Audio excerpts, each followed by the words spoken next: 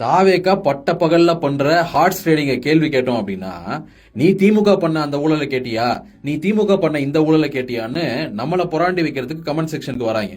நான் இதை பல தடவை சொல்லிட்டேன். எனக்கு ஊழலுங்கிறது என்னோட அரசியல் பிரியாரிட்டியில அது ஒரு 10 பிரியாரிட்டி வச்சோம்னா அதுல 7 8 அந்த மாதிரி இருக்கும். ஊழலுங்கிறது எனக்கு மிகப்பெரிய பிரச்சனையா நான் என்னைக்குமே பார்த்தது கிடையாது. அவ்வளவு ஏன், நான் தீவிரமா எதிர்க்கக்கூடிய பாஜக, RSS மாதிரியான இந்துத்துவா பாசிஸ்ட் இயக்கங்களை கூட அவங்க பண்ற ஊழலுக்காகலாம் நான் எதிர்த்து பேசுனதே கிடையாது.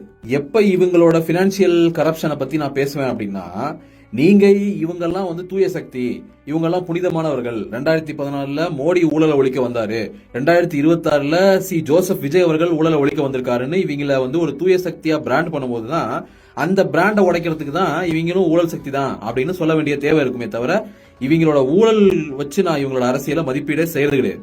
ஏன் நான் இந்த பினான்சியல் கரப்ஷனை, இந்த ஊழல், இவங்க சொல்ற ஊழலை நான் ஒரு டாப் ப்ரியாரிட்டியா வைக்கிறதே இல்லைன்னா, என்னமோ இந்த சமூகத்துல எல்லாமே சீரும் சிறப்புமா இருக்க மாதிரியும், இங்க எல்லாமே சமத்துவத்தோட, எந்த ஏற்றத்தாலும் இல்லாம, எந்த உழைப்பு சுரண்டலும் இல்லாம, எந்த ஜெண்டர் டிஸ்பாரிட்டியும் இல்லாம, எந்த எக்கனாமிக் டிஸ்பாரிட்டியும் இல்லாம இந்த சமூகம் அப்படியே ஸ்மூத்தா ரன் ஆயிட்டு இருக்க மாதிரியும், இங்க ஊழல் மட்டும்தான் ஒரே பிரச்சனை, அதை ஒழிச்சிட்டோம்னா இங்க எல்லாம் பாலாரும் தேனாரும் ஓடுங்கிற மாதிரியான ஒரு நெரேட்டிவ் செட் பண்றாங்கல்ல, அதுவே ஒரு மிகப்பெரிய ஊழல். சரி, என்னைய விடுங்க, உங்களுக்கு ஊழல் தானே பெரிய பிரச்சனை. இந்த சமூகத்தில் இருக்கிற மிக முக்கியமான பிரச்சனையே பினான்சியல் கரப்ஷன் தானே. ஒரே பிரச்சனைக்காக தானே தாவேக்காக்கு ஓட்டு போட்டு தேர்ந்தெடுத்தீங்க. உங்க தலைவர் 2 தொகுதியில நிக்கிறாரு, எப்படியும் 2 தொகுதியில ஜெயிச்சா ஒரு தொகுதியை ரிசைன் பண்ணுமே, அந்த இடத்துல ஒரு பை எலெக்ஷன் வருமே.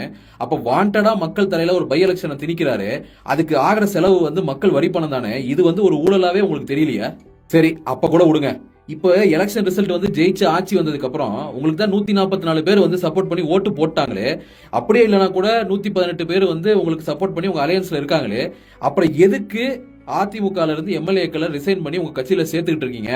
அதுக்கு நீங்க காசு கொடுக்கவே இல்லை, அவங்களா விருப்பப்பட்டு தான் வராங்க அப்படின்னே வச்சுக்கிட்டா கூட, அவங்களா ரிசைன் பண்ணா ஒரு தொகுதியிலையும் பை எலெக்ஷன் வருமே. இப்படி 6 தொகுதியில பை எலெக்ஷன் வந்தா இத்தனை தொகுதிக்கும் யாரு காசுல அந்த எலெக்ஷன் நடத்துவாங்க? அது மக்கள் வரி பணம் தானேங்கிற கேள்வியை ஏன் உங்களுக்கு கேட்கவே தோணல? 6 தொகுதியில தேவையே இல்லாம பை எலெக்ஷனை ஒரு தனிப்பட்ட நபரோட பொலிட்டிக்கல் இன்ட்ரெஸ்டுக்காக மக்கள் மத்தியில பை எலெக்ஷனை திணிக்கிறதுங்கிறது ஊழல் கிடையாதா?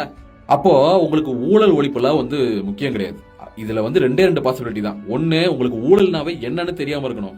இல்லன்னா அவங்கெல்லாம் ஊழல் பண்ணிட்டு இருக்காங்க, கொஞ்ச நாளைக்கு எங்க கியூட் சிஎம், எங்க கியூட் ஆக்டர் தளபதி, எங்க அண்ணன் அவரு கொஞ்சம் ஊழல் பண்ணட்டும் அப்படிங்கிற எண்ணமா இருக்கணும். உண்மையில இது 2ல உங்க எண்ணம் எது, உங்க மைண்ட் செட் எதுன்னு நீங்களே உங்களை பத்தி கேள்வி கேட்டுக்கோங்க.